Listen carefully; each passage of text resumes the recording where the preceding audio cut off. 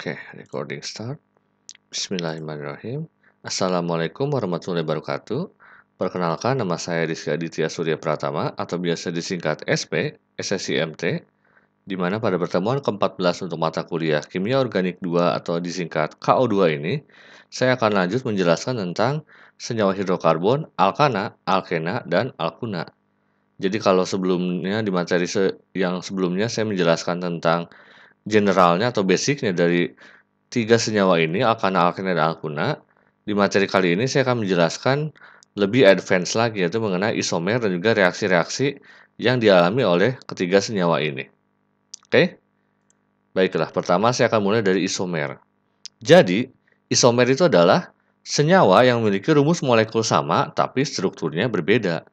Contohnya, di senyawa alkana ini, isomer rangka atau struktur untuk senyawa C5H12. Bisa dilihat, untuk senyawa C5H12, ada yang misalnya rantainya lurus-lurus aja, 1, 2, 3, 4, 5. Lalu ada juga yang memiliki cabang. Jadi bisa seperti ini, 2-metil butena. Ini sama saja, namanya C5H12, tapi beda penamaannya, beda strukturnya dan penamaannya. Atau bisa juga dalam bentuk iso seperti ini. Oke. Di mana ini C dikelilingi oleh CH3, 4CH3. Sama, strukturnya adalah namanya adalah C5H12, tapi strukturnya dalam bentuk iso gitu. Oke. Next adalah ya masih isomer juga. Untuk alkena juga sama. Misalnya isomer rangka struktur untuk senyawa C5H10. Ini karena ada double bond lebih tricky atau lebih variatif lagi untuk isomernya karena bisa lurus seperti ini saja, jadi seperti satu pentena, bisa juga double bondnya pindah menjadi 2 pentena, bisa juga seperti tadi, ada double bondnya di sini, tapi di sininya rantai utamanya 4 dengan satu cabang di atom nomor 4, bisa juga cabangnya di atom C nomor 2, atau bisa juga si double bondnya pindah ke C kedua, menjadi seperti ini.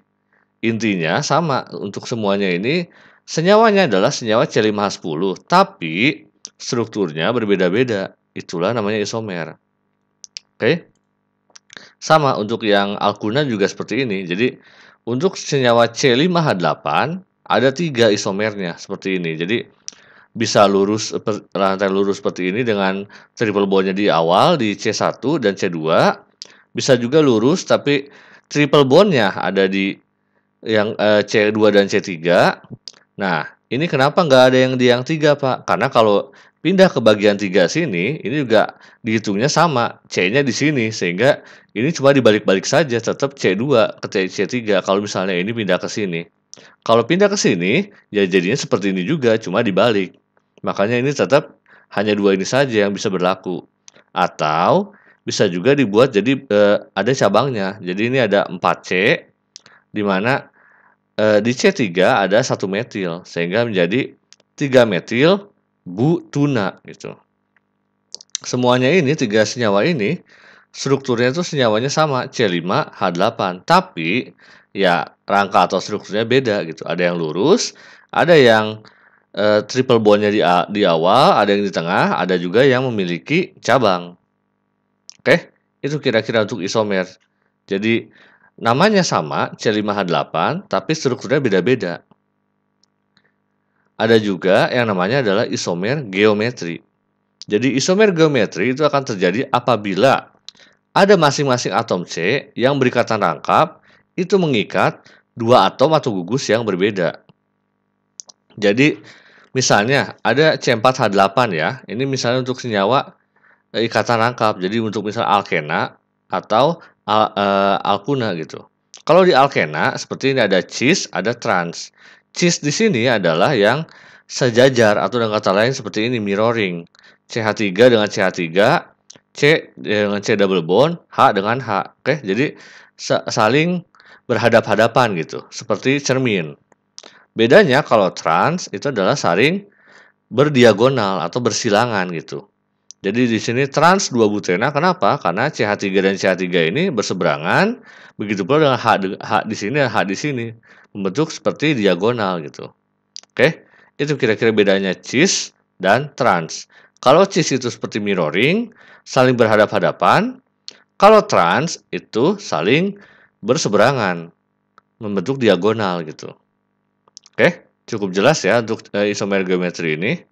Saya lanjut ke ini, sintesis senyawa alkana. Jadi, ada dua jenis reaksi untuk membuat atau mensintesis senyawa alkana ini. Yang pertama adalah sintesis Wurtz, di mana reaksinya adalah dua senyawa alkil halida, yaitu R yang memiliki alkil dan halida X di sini direaksikan dengan natrium, dia akan menghasilkan RR atau dua alkil, yaitu alkana, ditambah 2 NaX.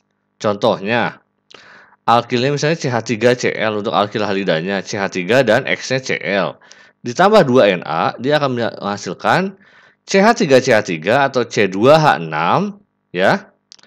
Ditambah 2 NaCl. Si Cl-nya pindah atau berikatan dengan si Na. Sedangkan ya CH3-nya akan 2 CH3-nya akan saling berikatan membentuk alkana.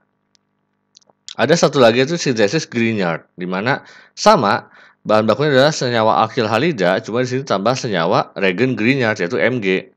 Ditambahkan ether menjadi RMgX, lalu ditambahkan H2O, dia akan lepas menjadi RH plus MgOHX. Jadi si MgX-nya akan berikatan dengan OH di sini menjadi MgOHX, R-nya akan berikatan dengan H menjadi RH.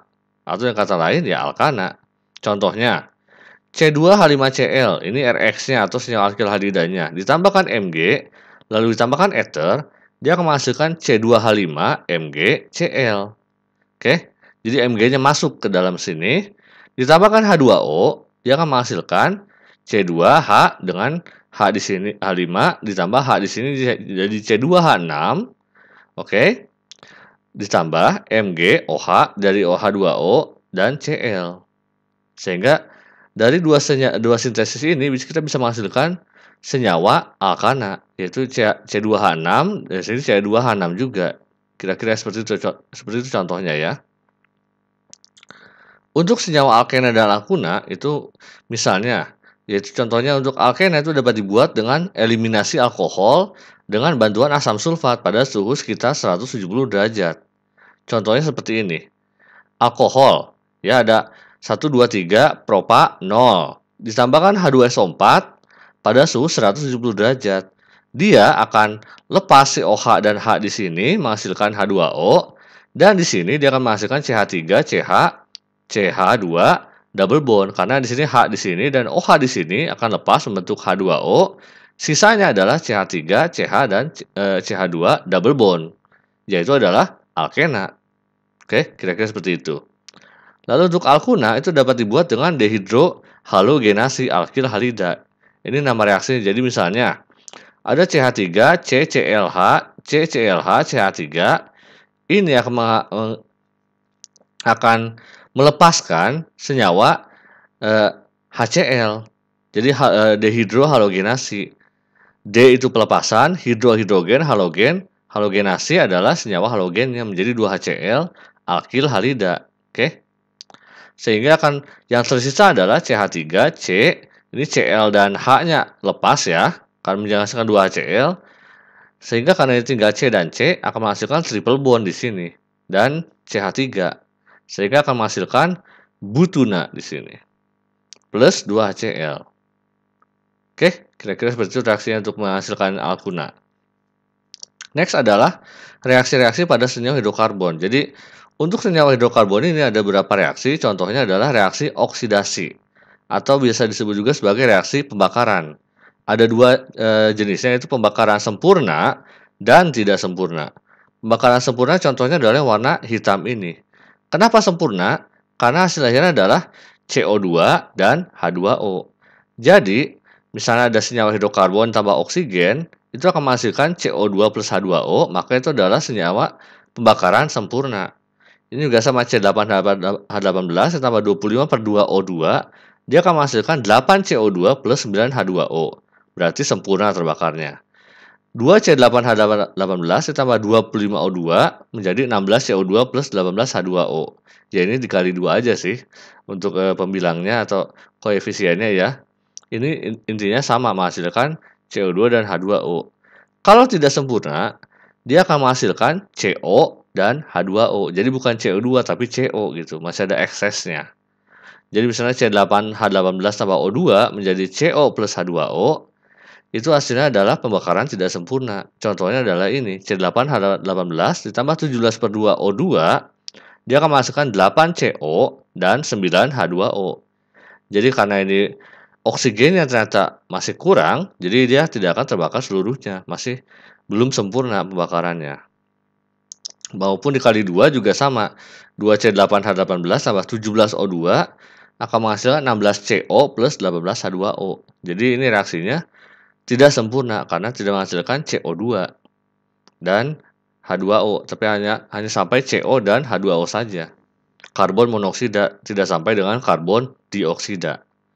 Itu kira-kira untuk reaksi oksidasi atau pembakaran. Berikutnya adalah reaksi adisi. Itu adalah reaksi sesuai namanya adalah reaksi penambahan atau reaksi penjenuhan. Intinya adalah ada suatu reaksi yang ikatan rangkap menjadi ikatan tunggal. Itu namanya reaksi adisi. Contohnya ada etena C2H4 ditambah H2, dia akan menghasilkan C2H6. Jadi yang asalnya double bond, karena ada H masuk ke sini dan ke sini, dia akan menghasilkan C yang terikat semua dengan H.